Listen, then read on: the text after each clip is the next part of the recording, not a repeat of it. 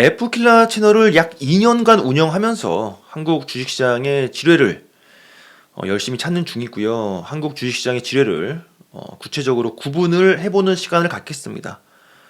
이 구분은 F킬라 채널의 재생 목록과도 어느 정도 일치하고요. 이제 크게 보면 네 가지로 주체를 나눌 수가 있는데 이것들이 바로 이제 코리아 디스카운트의 원인이라고 봐도 무방하다.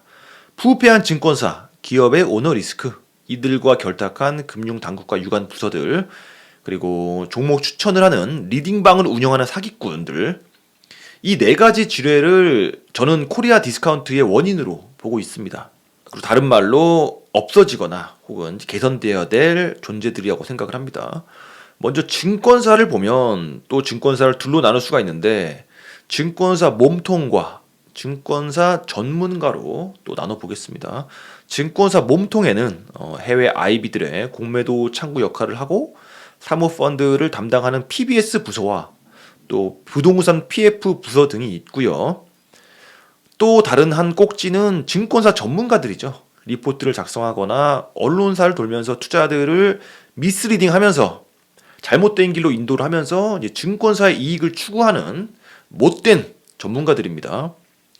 몸통부터 보면 주식이랑 부동산으로 또 나눌 수가 있겠죠. 이들은 콜라보의 달인들입니다.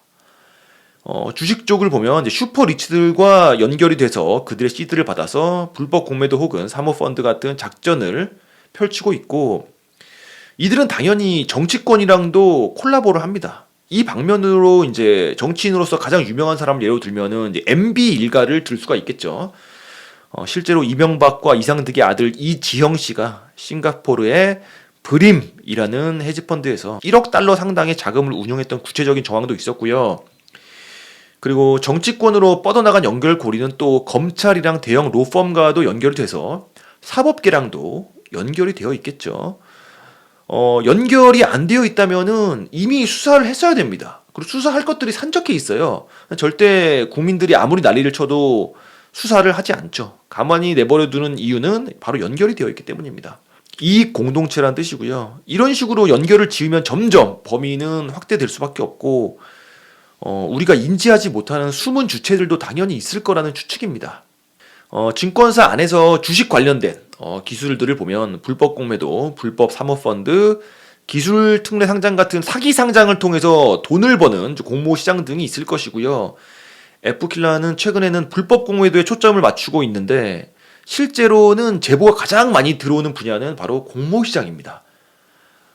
셀리버리나 신라젠 같은 사기 상장과 거래 정지의 피해자들이 이렇게 모여 있는 종목들도 굉장히 많고요. 증권사들이 주식시장에서 착취하는 기술들은 제가 아는 선에서는 이 정도고요.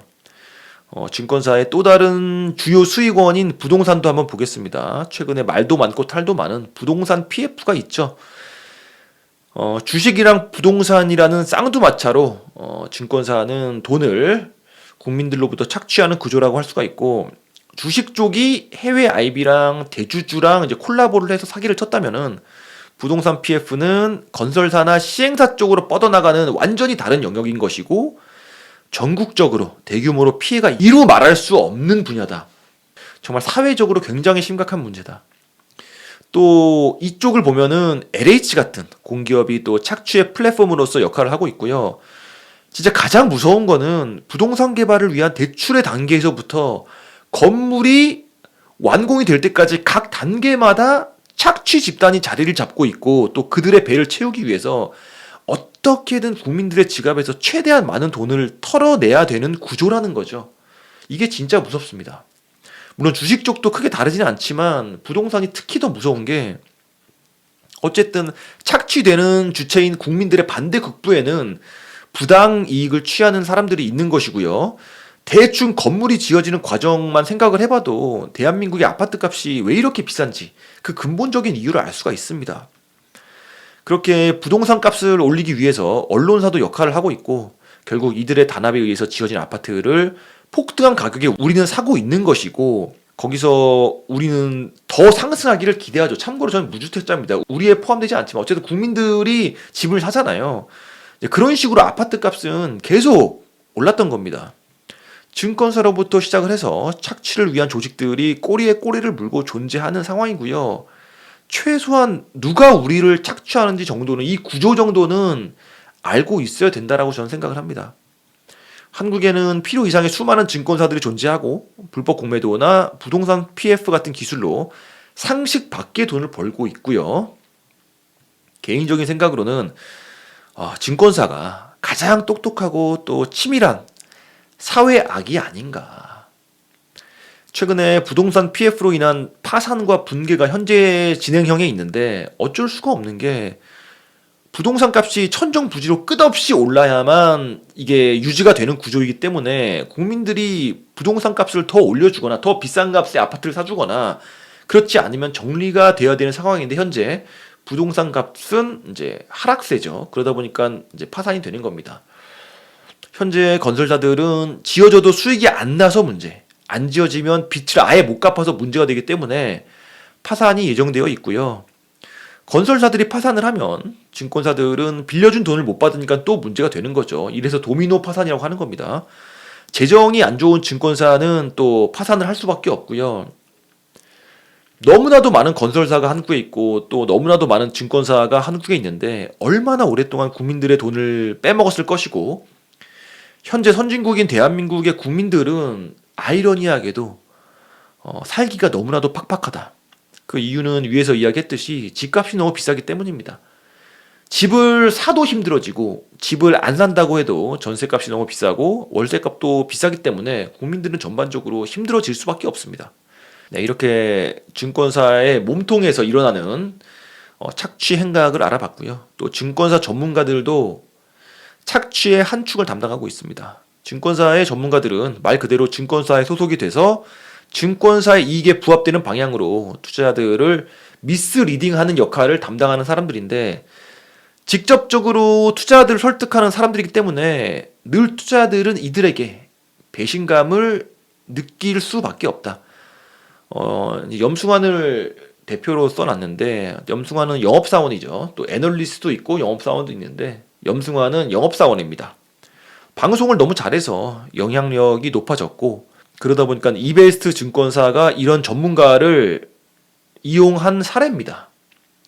이베스트가 대량으로 공매도를 칠 때 염승환이 여러 개의 방송에 나와서 특정 종목을 추천해서 수많은 종목들을 총알바지로 썼던 이력이 있기 때문에 F킬라에서도 자주 다뤘던 이베스트 소속의 영업사원이 바로 염승환이고요.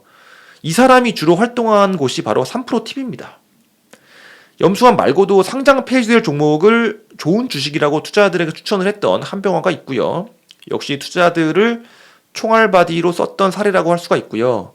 그 외에도 정말 많은 애널리스트들이 증권사의 이익을 위해서 개인 투자자들에게 틀린 길을 제시한 사례들이 있습니다. 뭐 생각나는 이름 몇 개만 소환을 해보면은 5G에서 최소 5배 수익 못 내면 바보라고 했던 너무나도 당당하게 추천을 했던 김홍식 애널리스트가 있고요. 지금 뭐 5G 종목들은 최소한 뭐 80%에서 뭐 60% 이 정도 다 물려 있겠죠. 저도 참고로 5G 종목에 몇 개 물려 있습니다. 김홍식 애널리스트 덕분이고요. LG화학 물적 분할 직전에 목표 주가를 수차례 올리면서 리포트를 뿌려댔던 이한나 애널리스트가 있고요. 또 한국조선해양에 예정되어 있었던 물적 분할을 숨기고 한국조선해양을 추천했던 엄경화 애널리스트 등이 있는데 이 애널리스트들이 개인 투자들과 만날 수 있도록 플랫폼이 되어준 곳이 바로 3프로TV입니다. 3프로TV가 증권사들과 상생 구조라는 것은 부정할 수 없는 팩트고요. 제가 언급한 애널리스트들이 3프로TV에 더 이상 안 나오고 있습니다. 그 이유는 그들이 강력하게 추천했던 종목들의 주가가 반대로 갔기 때문이겠죠. 출연만 하면 심각하게 비난을 받기 때문에 출연을 못하고 있습니다. 그러니까 뒤통수 쳐놓고 욕먹는 게 두려워서 못 나오고 있는 겁니다. F킬라에서도 이런 치사한 행동을 비판해왔고 3프로TV의 상장을 반대하는 내용으로 콘텐츠를 여러 개 만들었습니다. 3프로TV 같은 플랫폼의 영향력이 공신력을 갖는 모양새가 되거나 영향력이 커지면은 잘 안 된다라고 생각을 합니다. 그럼 피해자가 너무 많이 나올 것 같아가지고 절대로 안 된다고 생각하고 감히 예언할 수 있는 게 3프로TV는 증권사의 이익을 대변하기 때문에 반대급부로 투자자들은 손해를 볼 수밖에 없는 구조다. 여기까지 첫 번째 빌런 증권사 이야기를 해봤고요. 두 번째는 기업인데 다른 말로 오너 리스크죠. 한국 주식시장의 오명 중에 가장 큰 게 바로 오너 리스크입니다. 오너 리스크를 가능하게 한 것 또한 증권사들이기 때문에 또 증권사들도 연결이 되어 있는 것이고요. 콜라보레이션이죠. 증권사와 기업의 오너가 짜고 쳐서 투자자들에게 손해를 끼치고 있다는 겁니다. 특히 개인 투자자들이 보유하고 있는 주식의 가치를 떨어뜨리는 일을 오너가 주도적으로 하고 있는 것이고요. 그런 기술들이 예를 들면 물적 분할, 전환사채 발행, 유상증자, 자회사 상장 이런 것들이고 이런 것들을 통해서 투자자들이 보유하고 있는 주식의 가치는 떨어지게 되고 오너의 지배력은 강화가 되거나 순환한 출자 형식으로 지배구조가 만들어지거나 옥상옥 구조로 지주사 지분만 갖고도 그룹 전체를 지배하는 구조를 만든다거나 이런 식으로 큰 그림에서 보면 투자자들은 손해를 보고 오너 일가는 이익을 보는 기술을 아무렇지도 않게 쓰는 곳이 바로 대한민국 주식시장입니다. 이게 가장 유명한 표인데 코스피 지수랑 시가총액을 비교한 겁니다. 시총은 엄청 올랐는데 코스피 지수는 절대로 오르지 않죠. 그러니까 한국 경제 전체는 엄청나게 성장을 해왔는데 이만큼 커졌는데 우리가 가진 주식의 가치는 늘 그대로 있다라는 겁니다. 왜냐면은 성장만 하면 계속 찍어내니까 이럴 수밖에 없죠. 뒤통수를 오너들이 계속 치는 겁니다. 아까 말했던 유상증자나 전환사채, 물적 분할들을 통해서 뒤통수를 계속 치는 것이고 그러다 보니까 시총 전체는 300배가 올랐는데 주가는 꼴랑 10배밖에 안 올랐죠. 그러니까 오너랑 주식 투자자의 관계는 동업자나 파트너가 아니라 사기 치는 사람과 사기 당하는 사람의 관계입니다. 주가가 오르기만 하면 자회사 상장시키고 유상증자하고 물적 분할하고 전환사채 발행하니까 계속 주식의 가치는 희석이 되는 겁니다. 사실 이 표를 보면 한국에서 주식할 이유가 없는 거다 보니까 실제로 많은 사람들이 해외로 떠나갔고요. 오너 리스크 중에서 더 심각한 것은 사실 사기 상장이죠. 공모시장에서 일어나는 사기입니다. 기술 특례 상장이나 성장성 특례 상장 같은 말도 안 되는 사기 상장의 기술들이 마련이 되어 있어서 증권사랑 제도권이랑 대주주가 이제 콜라보로 사실상 개인 투자자들의 재산을 약탈한다라고 저는 생각을 합니다.